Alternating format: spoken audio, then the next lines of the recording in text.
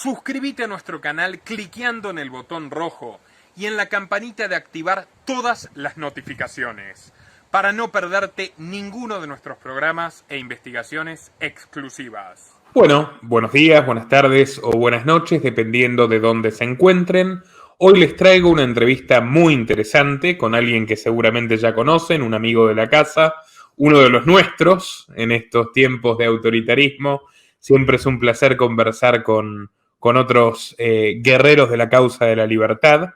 Juan Montejo, analista económico, dueño del canal One More Juan, que por cierto les recomiendo si no se han suscrito ya. Es muy interesante. Aquí con nosotros para conversar sobre el derrotero de la economía estadounidense y mundial, criptomonedas, monedas y muchos otros temas de interés para la audiencia. ¿Cómo estás, Juan? Bienvenido.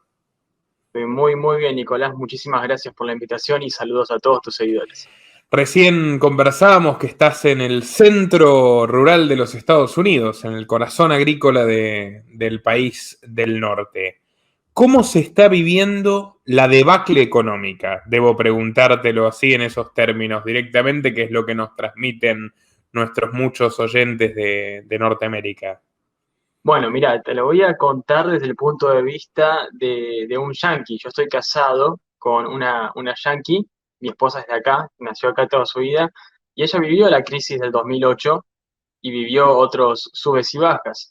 Esta es la primera vez que ella me dice que ve los precios subir. O sea, siempre subieron los precios, pero es la primera vez que lo nota, que lo siente, que tiene que empezar a hacer cálculos para ver si los números cierran. Y eso es algo remarcable. Es la primera, hablo con las hermanas de mi esposa, que son, una es menor que ella, tiene 21, si no me acuerdo, y la otra tiene mi edad, tiene 26, y también dicen, ya la cosa no es lo mismo, ¿viste? No podés con, indiscriminadamente ir y manejar tu auto donde vos quieras, porque la gasolina ahora cuesta más y no cierran los números. Y tenés que comprar comida, y la comida subió, depende también qué comas, subió entre 8 a 20%. El IPC de los Estados Unidos muestra que hay una inflación del 8%. Eso es falso. Hay un montón de alimentos esenciales que subieron, pero mucho más de 15 o 20%. Entonces, uno ya empieza a darse cuenta que tal vez el 4% de aumento que le dan algunos en una empresa no alcanza. Fácticamente estás más pobre.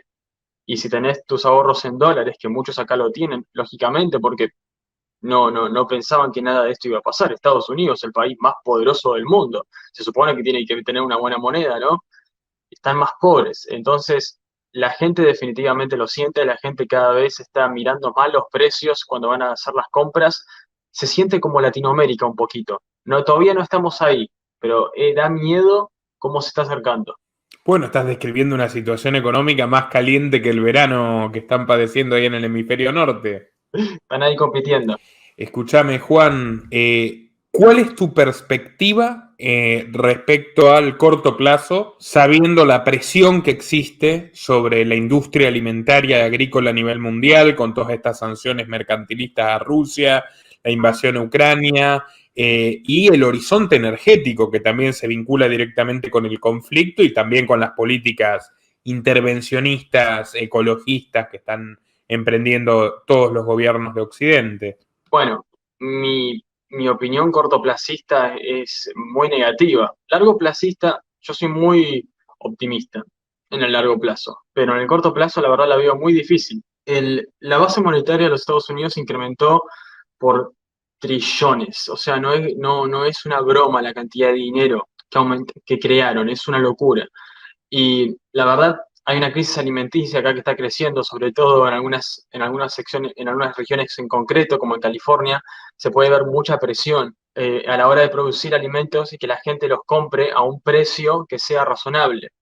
Entonces, la verdad lo veo muy difícil porque tenés una combinación de factores muy negativos. Número uno, el gobierno de los Estados Unidos la está haciendo muy difícil para que nuevas personas entren al mercado y produzcan alimentos de forma rentable. Entonces, estás destruyendo la oferta. Y en el lado de la demanda, la gente se está haciendo más pobre porque les estás destruyendo el dinero. Entonces, es la peor combinación posible. No dan los números. Entonces, la verdad, yo lo veo En el corto plazo, por lo menos, veo que alimentos de peor calidad, comida rápida, eh, alimentos con muchos preservantes, van a ser más populares, van a empezar a ser más adoptados. Paradójicamente eso va a bajar, entre comillas, la inflación medida en IPC, porque el IPC tiene un problema llamado sesgo de sustitución, que vamos a simplificarlo muy rápidamente. Si la gente come chuletas de cerdo y cada chuleta de cerdo sale, te tiro cualquier precio, $10 la unidad, y de repente la chuleta de cerdo sube 100% a $20, la gente deja de comprar chuletas de cerdo y se ponen a comprar, no sé, carne procesada. La carne procesada subió de $5 a, no sé, $7 y algo, un incremento de más o menos el 20-30% por ahí. Entonces, los expertos del gobierno agarran y le ponen más importancia al patty, a las hamburguesas, a la carne procesada, que a la chuleta de cerdo. Entonces, en el IPC no muestra un incremento de precios del 100%, muestra un incremento de precios del 20-30%. Eso es porque ellos dicen que el consumidor está eligiendo comer carne procesada y no chuleta de cerdos. Entonces, ¿por qué deberíamos mostrar con más relevancia el aumento de precios de las chuletas de cerdo?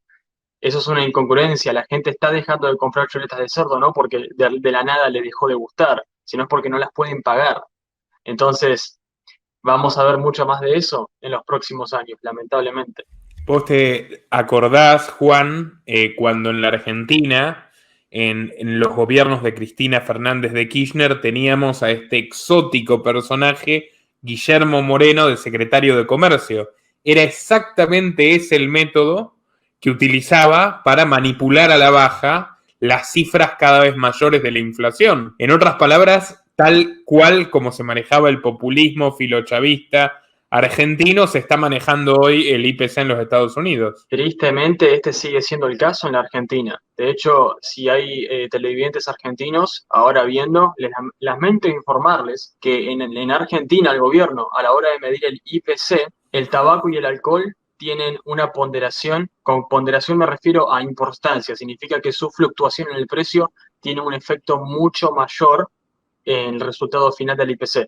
El tabaco y el alcohol tienen una importancia mucho mayor que, por ejemplo, varios artículos médicos, también de educativos, también tiene una ponderación mucho mayor que alimentos básicos. Estamos hablando del alcohol y el tabaco, y así un montón de ridiculeces más, como por ejemplo que los televisores, los celulares, la tecnología tienen una ponderación mucho mayor que, vamos a poner, la, la electricidad, la energía, o por ejemplo el gas. Hay un montón de cosas que son esenciales para la vida y tienen una ponderación así pequeña. Y lógicamente, porque si le ponen una ponderación más grande, te va a dar un número mucho más alto. Y es una trampa muy perniciosa que no solamente muestra las falencias perpetuas de la planificación económica, algo que tenemos bien claro los liberales, sino que es lo más evidente, los precios de los celulares son lo que menos sube, porque de hecho es un mercado relativamente abierto, donde hay innovación, y esto ha mermado, ha reducido en largo plazo el costo de la tecnología. En cambio, la energía, o el tabaco o el alcohol, están hipercargados de impuestos, son los sectores más regulados.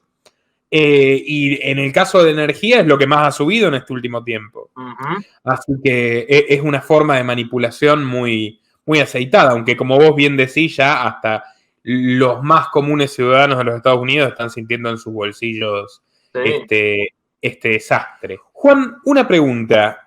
Aquí hemos hablado bastante de las Central Bank Digital Currencies, de las monedas digitales de los bancos centrales. Uh-huh.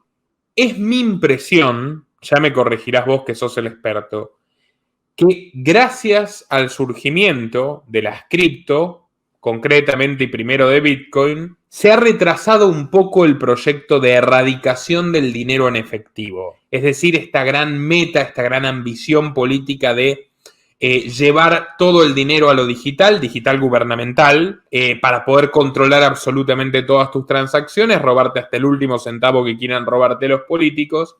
Pero bueno, al aparecer esta competencia impensada, por supuesto que no deseada, se frenó un poco esto. Sin embargo, ahora parece, por lo que uno mira en el Fondo Monetario Internacional, en las conversaciones del Foro de Davos, etcétera, que se está avanzando hacia el proyecto de monedas digitales de los bancos centrales.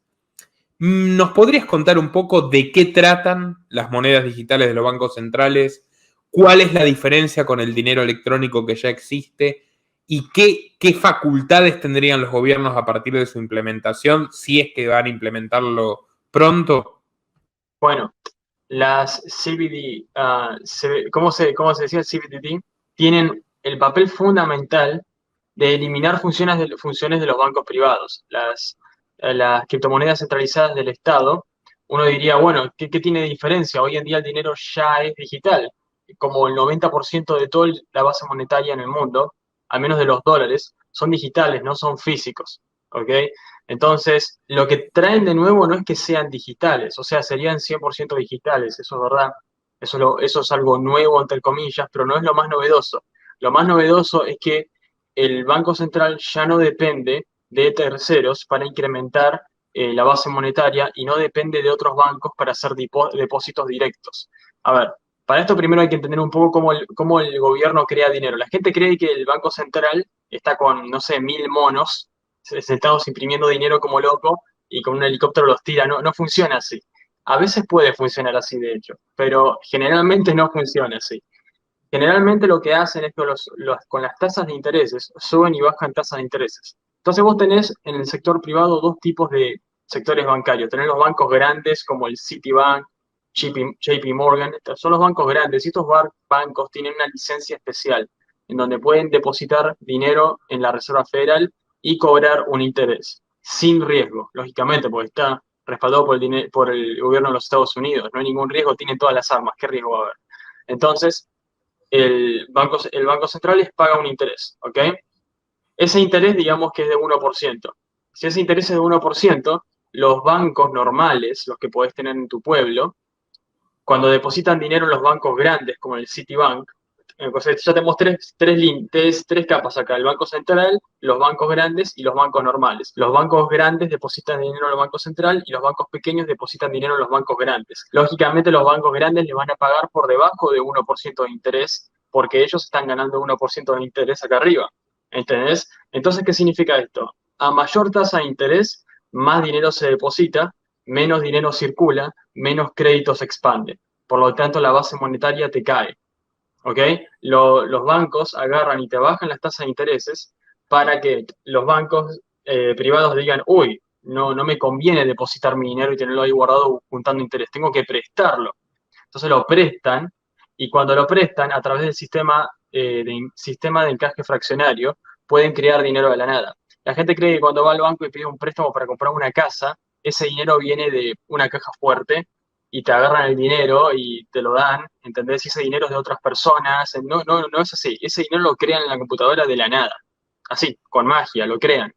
Entonces vos agarrás ese dinero, compras la casa, lógicamente es el equivalente a falsificar dinero. Entonces eso genera inflación.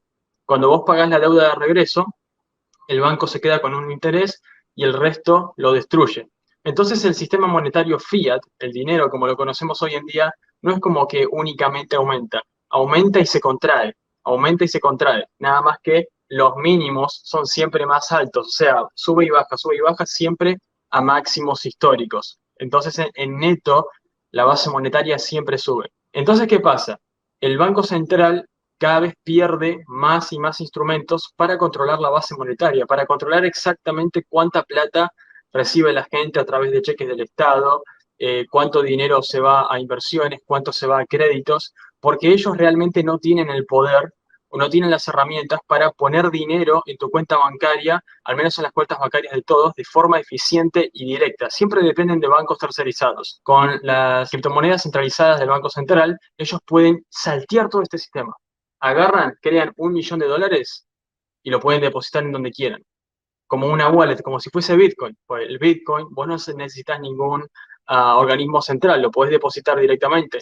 Si el Banco Central crea estas wallets, estos nodos, estos receipts, ¿no? Donde vos podés recibir dinero y se lo da a diferentes bancos y a diferentes individuos, el Banco Central puede crear dinero y dárselo a cualquier persona y puede poner las reglas. Y si vos no seguís las reglas, te sacan el dinero. Y ellos pueden corroborar de que todo esté funcionando, porque vos no podés agarrar un dólar digital y pagarle a alguien sí que se entere el Estado, porque es de wallet a wallet.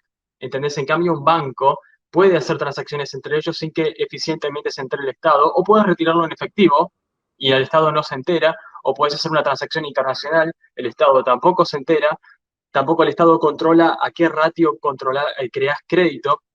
Con las criptomonedas centralizadas, el gobierno tiene total poder y puede hacer cosas que dan mucho miedo. Por ejemplo, puede decir, vos, Nicolás, no me gustan tus visiones políticas.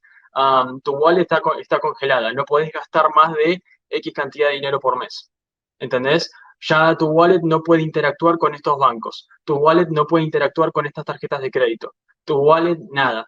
¿Entendés? Entonces, hay algunas, entre comillas, ventajas de este sistema, que es que incrementa mucho la eficiencia del Estado. O sea, si el Estado crea planes sociales, etcétera, los puede depositar directamente a la gente. Es mucho más transparente, te determina algunas actividades ilegales o las hace mucho más costosas, pero incluso esos puntos son debatibles, no son necesariamente positivos para los que saben de economía, pero son aparentemente positivos para la gente común.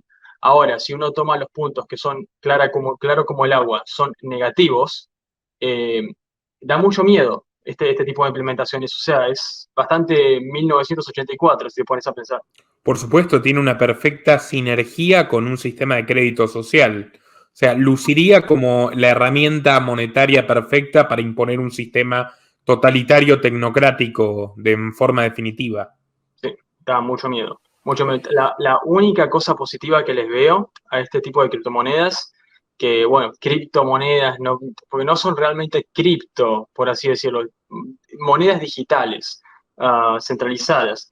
La única ventaja que les veo es que su funcionamiento es muy similar a las criptomonedas. Si la gente está expuesta a estas monedas, se sentirían en mucho más confianza en utilizar criptomonedas. Entonces, tal vez pueda mejorar la transición a un sistema verdaderamente libre, pero es jugar con fuego. Por eso yo te decía al principio que mi percepción es que se han demorado más de una década de lo previsto en empezar a trabajar esto seriamente por las cripto, porque las cripto es una competencia real. O sea, si el gobierno te va a dar su propia moneda digital totalmente insegura y a merced de los caprichos políticos, es altamente probable que prefieras utilizar una moneda alternativa. Y ahí quería llegar, Juan. En los últimos tiempos vemos una brusca oscilación a la baja, un brusco descenso de los precios de todas las criptomonedas con Bitcoin a la cabeza. En términos sencillos, ¿cómo explicás lo que está pasando con las cripto? ¿Cuál es tu perspectiva corto o mediano plazo? ¿Y hay algún tipo de maniobra gubernamental o política detrás de todo esto? Por supuesto, de hecho, todo esto está creado por el gobierno. Hay algo llamado ciclo boom-bust, ¿ok? Boom-bust, ¿ok? Eso lo crea el Banco Central. Como expliqué, el sistema monetario fiat se expande, es como un corazón, se expande y se contrae. Entonces, eso facilita la creación de crédito y después la dificulta. Cuando se facilita la creación de crédito, ese crédito, la gente no utiliza ese dinero para especular en leche y en queso. La gente usa ese dinero para comprar bienes, compran casas, compran metales preciosos, compran acciones y ahora también criptomonedas. ¿Okay? Este es dinero que viene creado de la nada, que se utiliza a muy bajas tasas de interés para especular en estos mercados, porque la gente sabe que eventualmente estos bienes mantienen su valor mucho mejor a largo plazo que el dólar mismo. Entonces se utilizan estos dólares para adquirir más de esos bienes. El problema es que cuando vos manipulas las tasas de interés, no puedes hacer cálculo económico. Entonces, por lo tanto, vos no sabés cuando estás comprando algo a más allá de tus capacidades de deuda. ¿Entendés? Digamos que tus capacidades de deuda son de, vos podés pagar deuda por $100.000 en un lapso de 5 años. ¿Entendés? No podés pagar más de eso. Pero a menor tasa de interés, ahora sí podés pagarlo. Podés capaz que irte a 150 o $200.000. Y si la cosa continúa, podrías expandirlo.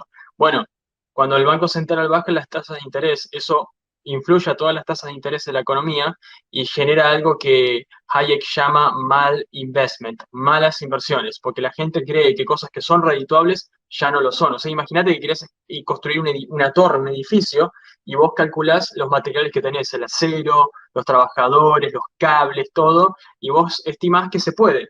Pero en realidad había algo mal en los planos. Los planos alguien puso un cero de más en todos lados. Entonces, cuando estás construyendo el edificio, a la mitad te das cuenta que no tenés suficiente y te quedó el edificio así. Entonces, ahí es cuando empieza una recesión.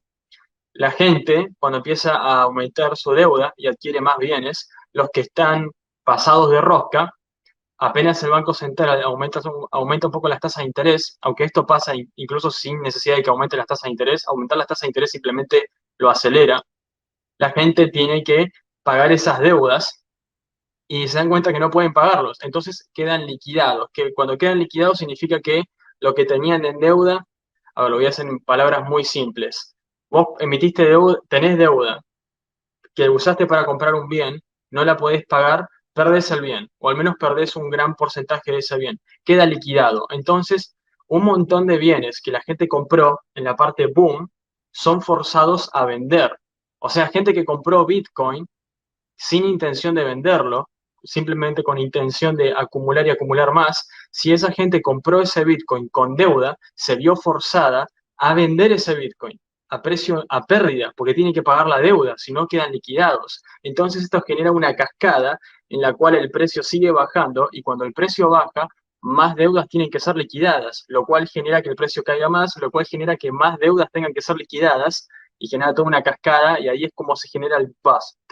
Y esto no es únicamente en las criptomonedas, esto está sucediendo en las casas, está sucediendo en los metales Y el preciosos, Standard está Poor's sucediendo en todo. 500, si vos te fijás los índices bursátiles, está sucediendo con una serie de activos financieros tradicionales también. Con todo está sucediendo. Incluso las acciones que tienen un montón de prestigio, como Amazon, cayeron doble dígito, cayeron como 30%, una locura todo lo que está cayendo. Pasa que la gente tiende a criticar mucho más lo que no entiende. O sea, es mucho más fácil criticar el Bitcoin que Amazon. Si Amazon cae, uno dice, ah, bueno, es volatilidad del mercado, no pasa nada, porque entienden que Amazon es un negocio legítimo. En cambio, si Bitcoin cae, ah, estafa, Ponzi, cuando en realidad el sistema monetario fiat se asemeja mucho más a una Ponzi. Posta, literalmente se asemeja mucho más a una Ponzi. Entonces, ¿qué pasa? ¿Por qué las criptomonedas caen y suben más que otros bienes? Bueno, es muy simple, porque tienen un grado de adopción más pequeño. Las empresas del Big Tech, que forman parte de todo el ecosistema económico en la Internet, en los 90 eran muy volátiles, subían como una locura y caían como una locura. Hoy en día De hecho, son se mucho corona más estables. con la crisis de la burbuja.com, que los afectó a Exactamente, todos. La diferencia exactamente. es que ahora esas compañías, al igual que los viejos banqueros como los Morgan, los Rockefeller, los Stanley, etcétera, ahora estas compañías son las nuevas asociadas y cómplices criminales de los gobiernos para robarte impuestos, para vigilar tu información privada, para censurar y reprimir las opiniones disidentes y peligrosas, por lo tanto tiene una posición de blindaje y de privilegio mucho mayor que hace 30 años o 25 años, ¿no? En cambio, las criptos son exactamente el objetivo, el target al cual dispara el gobierno porque le son inconvenientes para sus propios intereses. Muy inconvenientes, pero a este punto cada vez más políticos se están dando cuenta que son un poco inevitables. Lo mejor que puede hacer un Estado ahora es estar en favor de las criptos, porque mientras más en favor estés al principio, más vas a poder acumular a través de generar política de impuestos amigable con las criptos y en el futuro vas a estar en una posición más favorable. Aquellos países que no apoyen estas iniciativas en el futuro van a ser los típicos países que no incentivaron no facilitaron el desarrollo de la infraestructura de la Internet en sus propios países. Y esos países hoy en día recién están arrancando con todo eso, están atrasados. Entonces, un país atrasado crea políticos más pobres y los políticos todos sabemos que quieren ser más y más ricos. Así que eventualmente yo creo que el Estado no le va a quedar otra, por más CBDC que puedan crear, van a tener que aceptar las cripto, no les va a quedar otra, porque en última instancia el mercado manda. El mercado impuso el oro y el Estado tuvo que aceptar el oro. Después nos estafó haciendo un cambio entre oro y moneda fiat, pero el mercado, a fin de cuentas, es lo que dice qué tiene valor y qué no tiene valor. Y decime, Juan, hoy, ¿cuál es tu opinión, por ejemplo, sobre lo que está haciendo Nayib Bukele en El Salvador con Bitcoin? Ok, perfecto, excelente pregunta. Primero que nada, yo no apoyo para nada a su gobierno, no apoyo ningún gobierno, para empezar. Yo no creo que un Estado, yo soy un maximalista de Bitcoin, para mí Bitcoin es la mejor moneda jamás creada. Después podemos hablar de por qué es volátil, que ya expliqué bastante por qué es volátil, pero lo voy a decir bien rapidito. Es muy volátil porque todo bien que es nuevo en el mercado y tiene bajos niveles de adopción, es muy volátil. El oro fue volátil en todo mercado en donde recién entró. En la fiebre del oro en los Estados Unidos, esos pueblos que se creaban de la nada para minar oro, el oro era increíblemente volátil en esos periodos. Después alcanzó niveles de estabilidad cuando se adoptó en el mercado.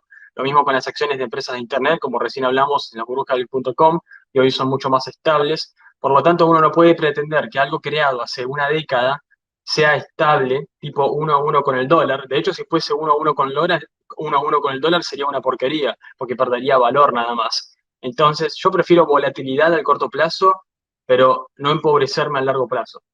Volviendo a la pregunta, en El Salvador, yo la verdad no creo que un gobierno deba imponer por fuerza una moneda. A mí me da igual si esa moneda es el Bitcoin o el oro, que son las dos mejores monedas que en mi opinión han estado en la superficie de la Tierra.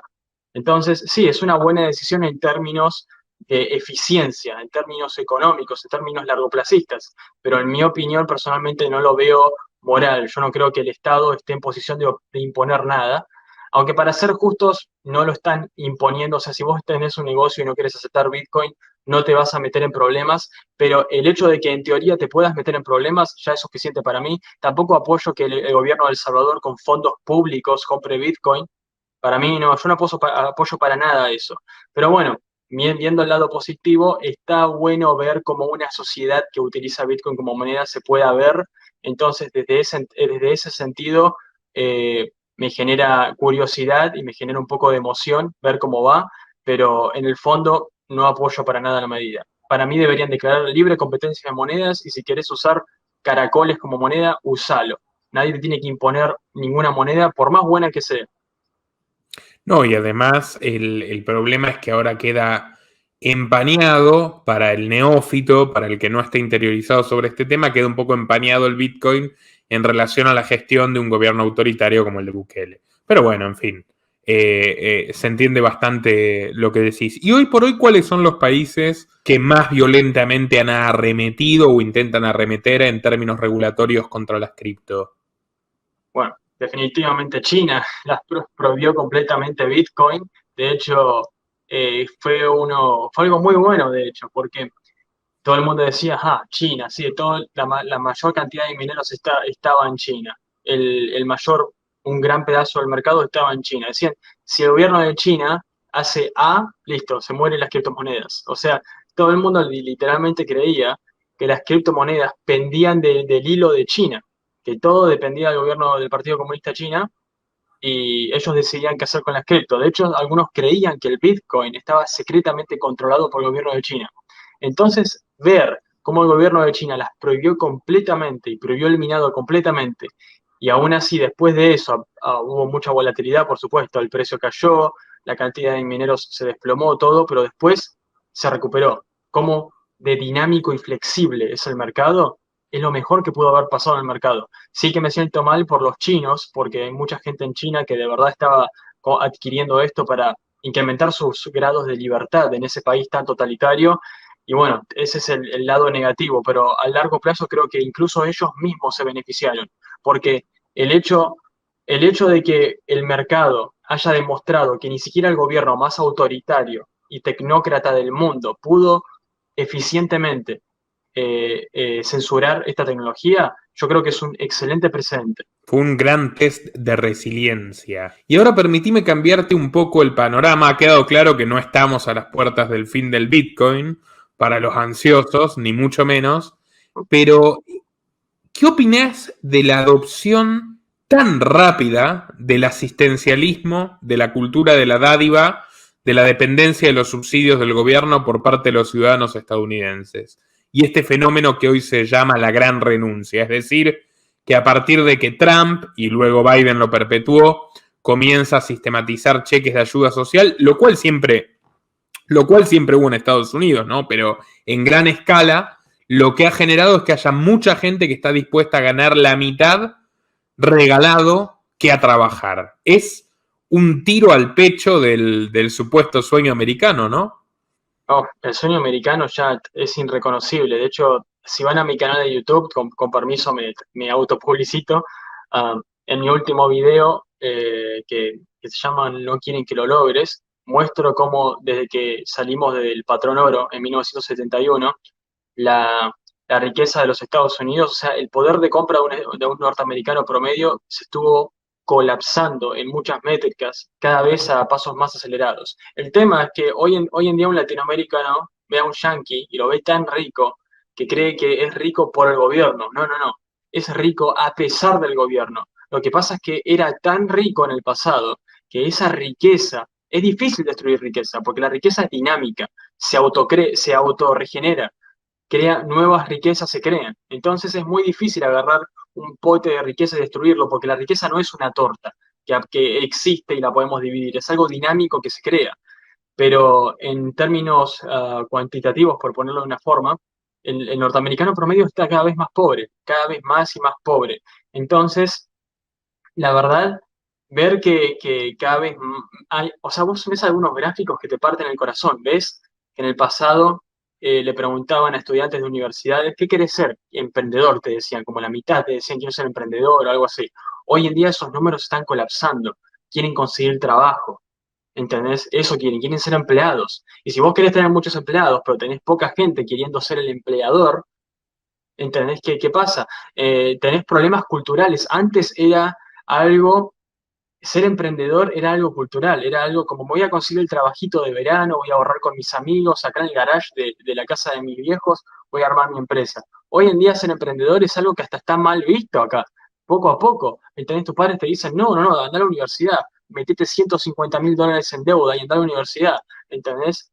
Es una locura los cambios culturales, sociales que empiezan a haber por esta destrucción de riqueza y estas manipulaciones en los incentivos de la gente creados por el Estado. El Estado está creando una demanda artificial porque todo el mundo vaya a la universidad. Cuando los datos muestran que la mayoría de graduados en la universidad no ganan más que un graduado y cuando lo corregís por la duda que tiene, en realidad ganan lo mismo o menos. Es una locura. Entonces, ver que la gente demande planes sociales lo hace políticamente redituable para los políticos el crear una campaña política prometiendo planes sociales. Yo solía creer que lo que hay que hacer es votar bien, votar por gobiernos que pongan las cuentas en orden y que no ofrezcan estas cosas que son nocivas para la economía. Pero hoy en día realmente pienso que deberían dar todos los planes sociales que quieran, deberían de hecho crear más. ¿Por qué? Porque lo veo de esta forma. Vos tenés una computadora, ¿ok? Que esta computadora maneja información sensible, ¿ok?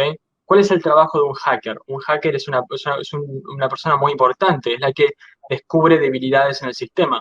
El hacker tiene que explotar esas debilidades, de lo contrario el sistema no se hace más fuerte. Bueno, crear planes sociales para luchar contra la pobreza y contra la debilidad económica es una debilidad, claramente, y a mi opinión en este momento hay que explotarla. Yo creo que mientras antes el dólar quede destruido, ya sea por una devaluación enorme o por un rechazo general de la gente hacia esa moneda, mejor. Y si hay que crear planes sociales para todo, para todos, todas y todes, como les gusta decir, para emitir dinero como locos y tirarlo desde un helicóptero, que lo hagan. Si eso va a acelerar que últimamente adoptemos las criptomonedas, mejor, que así sea. Va a ser duro, pero yo prefiero eso a votar un gobierno de derecha que más o menos te baje los impuestos y ponga un poco las cuentas en orden. Lo único que va a terminar haciendo eso es perpetuar el sistema en estados actuales unos cuantos más años. Entonces tiene un costo de oportunidad muy grande. En otras palabras, estarías en la tesis de cuanto peor mejor, por el hecho de que cualquier escenario va a ser en detrimento de la libertad. Entonces, si tenés a alguien que ponga mínimamente las cuentas en orden, es para seguir saqueándote y explotándote y destruyéndote en el largo plazo. Y bueno, lamentablemente es la tendencia a la que va el mundo. Antes de que te maten en los comentarios, aclaramos que por supuesto estás hablando de una expresión de deseo. No es que te vas a poner a hacer campaña política por Alexandria Ocasio-Cortez o por Petro o por López Obrador o quien fuere. Sencillamente es lo que estamos viendo. O sea, el mundo se vuelve cada vez más estatista y está tratando de curar una enfermedad que es cada vez peor con más veneno en lugar de con remedio. Un comentario interesante, vos acabás de decir que si vos ajustás por deuda, los que no fueron a la universidad están ganando lo mismo o más que los que fueron a la universidad. Bueno, habría que decir que parte de la derecha retardataria del tercer mundo admira al sistema de educación de Estados Unidos porque cree que es privado. No, no es privado. Por varias razones no es privado. No solo porque está gubernamentalmente regulado, sino porque hay una necesidad creada. O sea, es el gobierno el que te pide título habilitante y el que regula y te exige determinado título habilitante de instituciones autorizadas por el gobierno para practicar un oficio o profesión. Y para mí siempre lo más interesante es mirar a la historia, porque en la Revolución Industrial, y ahí está ese gran libro, que lo pueden buscar en la biblioteca de nuestra Academia Libertaria, Self-Help, de Samuel Smiles, los grandes inventores, y no solo los grandes inventores, la mayoría absoluta de los ingenieros, de los creadores de riqueza, de los industriales, eran autodidactas. O sea, y vos adquirías el reconocimiento como ingeniero por tus pares, cuando demostrabas pericia y eficacia en lo que hacías. No necesitabas un papel del gobierno. Y hoy podemos ver, luego de la dictadura cientificista que hemos tenido estos últimos 3 años, cómo aunque el gobierno te invista de un título de lo que sea, podés ser un desastre. Y es lo que nos ha sucedido, ¿no? Te dan un título de médico y de repente sos ingeniero social y te habilitan para regular la vida, el tránsito, hasta la libertad de expresión de muchísimas personas y terminás empobreciendo, incluso matando mucho más de lo que habría, digamos, de lo que habría sucedido si permitís que esas cuestiones se administren libremente con el criterio individual de cada quien, sin importar su formación o la opinión que un burócrata tenga respecto de su conocimiento personal. ¿No estás de acuerdo, Juan, con eso? 100% de acuerdo. De hecho, te iba a decir, el mejor ejemplo de lo que estás comentando está entre los economistas, como a mí me gusta decirles también del autor Saifeddin Ammous, economistas fiat, ¿no? Estos economistas, es increíble. Uno dice, a ver, hay miles y miles de dólares gastados en su educación, respaldando su conocimiento científico. Y durante todo este periodo, desde que arrancó la pandemia, no, la inflación no va a ser un problema. Ok, la inflación no va a ser un problema. No, la inflación está bien, está acá, pero es temporal. Bueno, no es temporal. No, la inflación es buena después de todo, ¿viste? Porque, ¿viste? Te tenés justificado. Entonces después dicen, bueno, la inflación es mala, pero es culpa de Putin. Es culpa de Putin, ¿ok? Y ahora dicen, no, es culpa de la avaricia de los empresarios. Entonces, después aparecen estos políticos diciendo, mira, no pudimos predecir bien lo de la inflación. ¿Me estás diciendo que con los miles, de hecho millones de dólares acumulados entre todos los economistas para educarlos, entre todo ese conocimiento, no pudiste hacer predicciones comunes? Gente en Twitter que se leyó a Rothbard y a Mises un par de libros, entiende las bases y vienen diciendo, va a haber un montón de inflación, gente. Esto no va a terminar bien, va a haber un montón de volatilidad. ¿Por qué? Porque es sentido común. Y esta gente súper educada está infraeducada realmente y no tiene sentido común. Yo la verdad no sé, a este punto quiero creer que son víctimas de su ignorancia, pero a veces, en algunos casos concretos, creo que se hacen los tontos por beneficio propio. Pero bueno, es increíble. Hay una connivencia perniciosa entre gran cantidad de profesiones y los intereses políticos de su utilización. De hecho, cuando vos cartelizás una profesión, es decir, te doy un título que al fin y al cabo es una prebenda, aunque la adquieras, aunque la compres pagando, para que vos puedas trabajar y el otro no, vos vas a tener que hacer lo que yo quiero que hagas, seas médico, economista, abogado, etcétera, contador. Bueno, Juan, una última pregunta. Esta charla ha sido muy interesante, la verdad, breve pero llena de contenido. ¿Qué libros recomendarías para quien quiera introducirse en los temas de economía, de moneda, etcétera? ¿Cuáles son los autores que más te gustan para empezar? Empecemos de fácil a más complicado, ¿ok? Dale. Primero hay que tener las bases de dónde está el problema. El corazón del problema es el Estado, así que libro básico, La anatomía del Estado de Rothbard. Arranquen por ahí, ¿ok? No les digo que después de ese libro se hagan anarcocapitalistas, ¿ok? Empecemos de a poco, no tomen una posición sin previamente educarse. Después hay que leer sobre teoría monetaria. Y acá pueden elegir entre estos libros. Por ejemplo, tenemos Deflación y Libertad de George Hulsman. Tiene un nombre muy raro, pero se llama Deflación y Libertad. Y su nombre es George, así que ahí les va a aparecer 100%. O ¿Qué le hicieron lo estoy tratando de traducir del inglés? ¿Qué le hicieron al sistema bancario de Rothbard? También ese está muy bueno. Después ahí ya incrementamos un poco más la temperatura. Democracia, el Dios que falló, de Hans Hermann Hoppe. Pueden irse ahí, ¿ok? Y después ya quieren empezar a agarrar esos temas, ponerlo más a la actualidad y entenderlo más con las criptomonedas. Pueden leer el patrón Bitcoin de Safe Dynamus y también pueden leer el patrón Fiat, que funciona, que te explica muy bien cómo funciona el sistema monetario Fiat. Les va a volar la cabeza porque va por diferentes categorías: construcción, comida, ciencias, etcétera, y te explica cómo el sistema monetario Fiat completamente destruyó todas esas industrias. Muy pocas industrias prosperaron después de la adopción del sistema monetario Fiat. En el pasado, las casas, o sea, las rutas, las artes, todo estaba hecho pensando a largo plazo. La gente trabajaba para que sus creaciones perduren años, años y años en el futuro, de forma casi indeterminada. Y eso es porque podían pensar a largo plazo. Y pensar a largo plazo es algo que te provee un dinero de buena calidad. Hoy en día la gente piensa a corto plazo. Resultado, casas de porquería, música de porquería que está diseñada para que la escuchemos unas 2 semanas, que se hace viral y después queda en el olvido. Todo, Obsolescencia programada. exactamente, todo se hace cortoplacista. Eso lo explica muy bien en el patrón Bitcoin, el patrón Fiat. Y otro, ya como para ir terminando, diría dinero en capas de Naik Bai, que creo que se llama así, Naik, algo se llama, porque tiene un nombre musulmán raro. Dinero en capas, layered money, que te explica bien cómo funciona el sistema monetario en un punto de vista de capas. Y ahí, yo creo que leyendo esos libros, después se puede ramificar en otros libros, pero eso lo va a dejar bastante loquitos. Muchas gracias, Juan. Pueden seguir a Juan Montejo en Twitter, en YouTube. Muy recomendado su espacio One More Juan. ¿Ya cuántos suscriptores? Creo que tengo 28.000 algo. Bueno, vamos muchachos a suscribirse y por lo menos a llegar a los 35.000, que se lo merece Juan, realmente un gran divulgador libertario. Compartan este video en todas sus redes y grupos. Like, por favor. Pueden dejar sus comentarios y nos veremos en una próxima ocasión. Muchas gracias, Juan. Gracias a vos. Nuestro trabajo depende de tu apoyo. Para que siga siendo posible, realiza tu donativo desde tan solo $2 por mes a través de Patreon, en los links que están en la descripción o en el comentario destacado.